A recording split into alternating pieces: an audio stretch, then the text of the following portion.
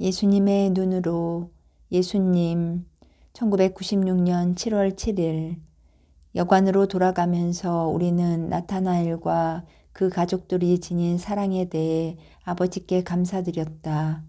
여관 안으로 들어서자 주인이 우리를 반기며 방으로 안내해 주었다. 선생님, 내가 방으로 들어가려는데 주인이 나를 조용히 불렀다. 잠깐 저와 이야기하셔도 되겠습니까? 물론이요. 나도 조용히 말했다. 우리는 다른 방으로 가서 단둘이 앉았다. 어떻게 말씀을 드려야 할지 모르겠습니다. 그가 망설이며 입을 열었다. 솔직하게 말하십시오.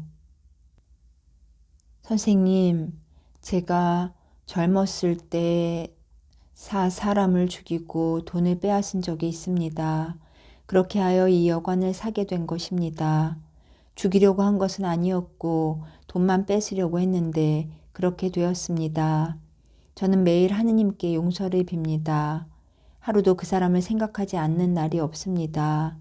그 보속을 어떻게 해야 할지 모르겠습니다. 자칫 말을 잘못하거나 행동을 잘못하면 사람들이 저의 죄악을 다 알게 될 것 같아서 두렵기만 합니다. 제게는 가족이 있는데 그들이 이 사실을 알게 된다면 비탄에 빠질 것입니다. 어떤 때는 그냥 몰래 집을 떠나 사막에 가서 죽어버리고만 싶습니다. 그러면 아내와 자식들에게 수치를 안겨주지 않을 테니까요. 어떤 때는 제가 그 사람의 생명을 뺏은 대가로 제 자신을 죽여야만 할 것 같은 생각도 듭니다. 그래야만 하느님께서 저를 용서해 주실 것 같으니까요. 선생님, 저는 어떻게 했으면 좋을지 모르겠습니다. 하루하루 사는 것이 고통입니다. 오, 정말 고통입니다. 날마다 저는 그 사람의 얼굴을 보는데 언제까지 제가 견딜 수 있을지 모르겠습니다. 그의 얼굴은 절망으로 일그러져 있었다. 형제여, 당신은 날마다 후회하고 있소. 잘못했다는 것을 알고 진심으로 용서를 빌고 있는 것이요.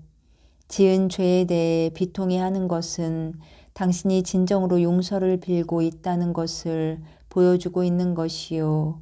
그리고 저지른 행동에 대해 죄책감과 수치감을 느끼고 있다는 것은 당신이 죄악을 저질렀다는 것을 깨닫고 이제는 그 죄악을 거부한다는 것을 보여주고 있는 것이요.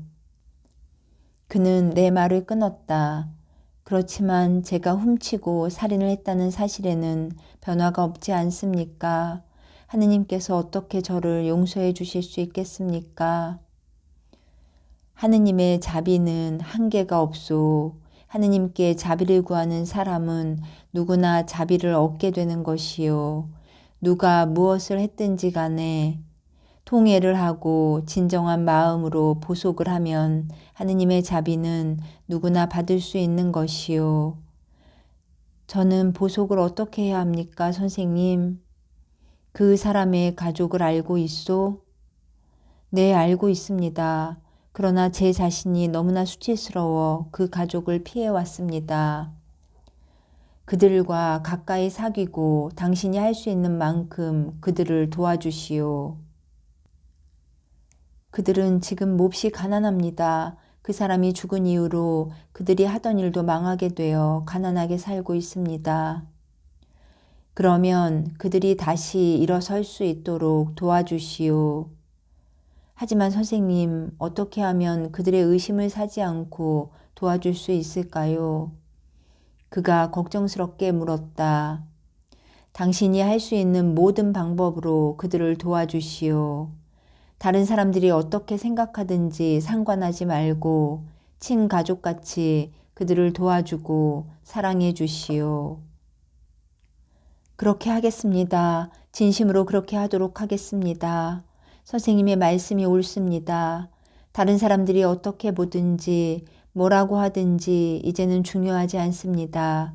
사실이 밝혀진다고 해도 상관없습니다. 하느님께서는 제가 후회하고 있다는 것을 아실 것입니다. 그러니 어떤 일이 일어나든지 하느님 손에 맡깁니다. 그는 불현듯 진리를 깨달았다. 하느님께서는 당신이 후회하고 있다는 것을 이미 알고 계시오. 이제는 당신의 보속할 일만 남았소. 보속으로서 당신이 고통을 준 그 사람들을 도와주게 될 것이고 그 보속은 당신 자신을 도와줄 것이요. 보속이란 입고 있는 옷을 찢어버리거나 얼굴에 재를 덮어쓰거나 고통받고 있다는 것을 사람들에게 보이며 돌아다니는 것이 아니요. 보속이란 당신으로 하여금 죄를 짓게 한 당신의 연약함과 두려움을 극복하기 위해 무엇을 해야 할지를 아는 것이요.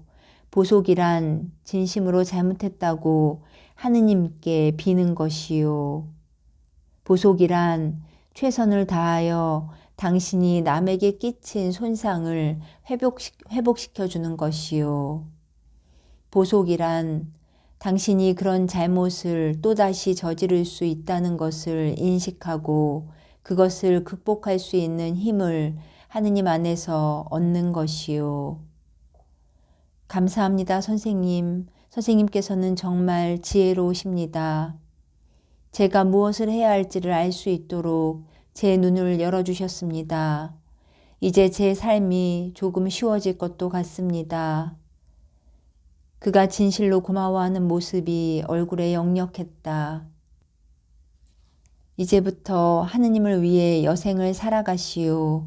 그리고 모든 사람들과 가까이 지내시오. 기도를 자주 바치고 저지른 잘못을 보속하기 위해 하루하루를 하느님께 바치시오. 그런 다음 하느님의 자비를 당신 마음 깊이 받아들이고 어두움을 밝히는 빛이 되시오. 나는 그의 어깨 위에 손을 얹으며 말했다. 이러한 모든 것을 행하면서 자신을 용서할 줄도 아시오. 그렇지 않으면 다시금 죄에 빠지게 될 것이요. 그건 무슨 말씀이십니까? 당신이 스스로 목숨을 끊으려고 했던 것을 생각해 보시오. 그것은 어떤 종류의 보속도 될 수 없는 일이요. 죽이는 것은 곧 죄악이기 때문이요. 악마는 그런 식으로 죄를 짓도록 선동하고 있는 것이요. 죄에 대한 보속을 또 다른 죄로 보속해야 한다고 악마는 속이고 있소. 그리하여 악이 점점 더 자라게 되는 것이요. 당신이 만약 그런 길을 택했다면 가족과 친구들에게 얼마나 아픈 고통을 남겨주었을지 생각해 보시오. 그들은 당신 죄 때문에 고통을 겪어야 했을 것이요. 마귀는 그런 작업을 하는 것이요. 해결책이 전혀 될 수 없는 것을 해결책으로 보이게 함으로써 남아있는 사람들에게 평생 동안 짊어지고 가야 할 무거운 짐을 안겨주는 것이요. 선생님의 말씀이 옳습니다. 그렇습니다. 이제 분명해졌습니다. 제가 전에는 왜 그것을 생각 못했을까요? 그는 거의 고함을 치듯 말했다. 당신이 죄책감에 사로잡혀 있을 때 마귀를 마음 안에 들어오게 하여 그것만이 유일한 해결책이라는 생각을 집어넣도록 허락했기 때문이요. 그러나 앞으로는 하느님만이 유일한 해결책이라는 것과 하느님께서 당신을 용서해 주고자 애타게 기다린다는 것을 기억하시오.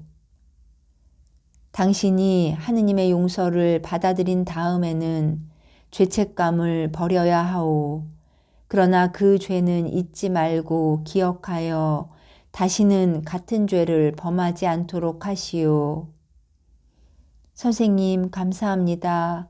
제 생명, 제 마음, 제 가족, 그리고 제 영혼을 건져주셨습니다. 저는 너무나 큰 은혜를 입었습니다. 필요하신 것이 있으면 말씀하십시오. 무엇이든지 드리겠습니다. 내가 원하는 것은 이미 다 말했소. 내가 말한 대로 하시오. 그리고 평화를 찾으시오. 하느님의 평화를. 대화를 마치고 잠을 자기 위해 다른 방으로 가고 있는데 그가 흐느끼며 하는 말이 들려왔다. 감사합니다. 주님, 감사합니다.